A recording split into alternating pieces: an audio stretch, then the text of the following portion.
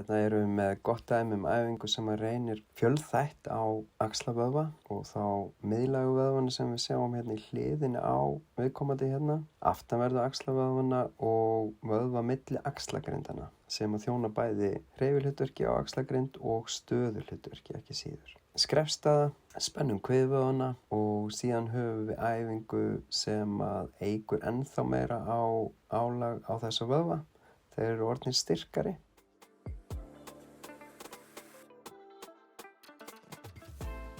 Hérna erum við með góða æfingu sem er blanda af brjóst- og axlapressu. Ég kalla hana oft boxaræfingu til að kjarna það að við erum í styrkri stöðu, framhallandi stöðu í skrefstöðunni. Fáum þannig gott jafnvægi og getum beitt vel brjóst- og axlavöðvunum í hreyfingunum. Færum hendur inn að miðju frekar. Þessi æfing styrkir vel brjóstvöðva, axlavöðva og kviðvöðva. Höldum spennunni þar vel allan tíman.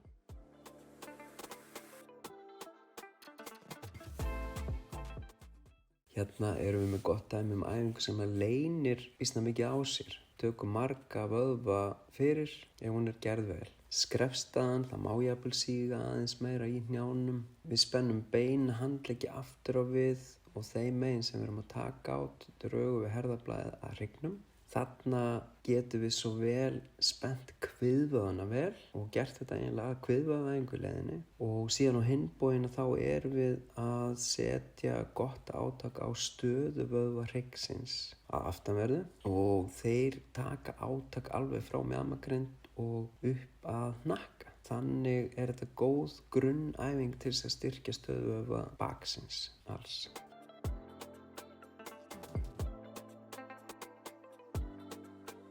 Hérna erum við með góða grunnstyrktaræfingu fyrir stærsta spyrnuvöðvan okkar mjöðmina, stóra rassvöðva eða glút max. Við nýtum stuðning hérna af stól eða einhverju álíka til að tryggja góða upprétta stöðu í gegnum æfinguna. En eins og ég hef nú nefnt áður í útiprógrammunum þá kemur fólki mest á óvart oft hvað reynir mikið á fótleggi sem við stöndum í þegar við gerum þessa æfingu. Reynir á stöðuleika vöðva þeirra mjaðmar og ekki síst minni bróðir glút max, glút med sem færir enn góða þjálfun líka hinum megin út úr þessari æfingu.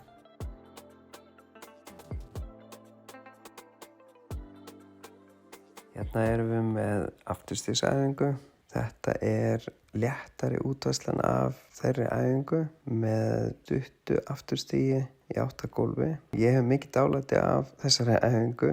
Það er nú í þessum útgáfum það þannig að teygjuböndin nýtast til hins ýtrasta í að aðstoða fólk af stað í að byggja sig upp með til dæmis þessari æfingu. Þetta er gríðarlega öflug æfing til að byggja upp styrk og stöðuleika í kringum hné, mjaðmir og mjóbak. Fólk er í vandræðum í afturstigsæfingum og koma sér á stað út af því að það vantar upp á þessa þætti. En þegar við nýtum æfinguna svona með hjálp frá teygjuböndunum að þá verður það mun auðveldara og skilar sér síðan í miklu betri niðurstöðu í æfingunni.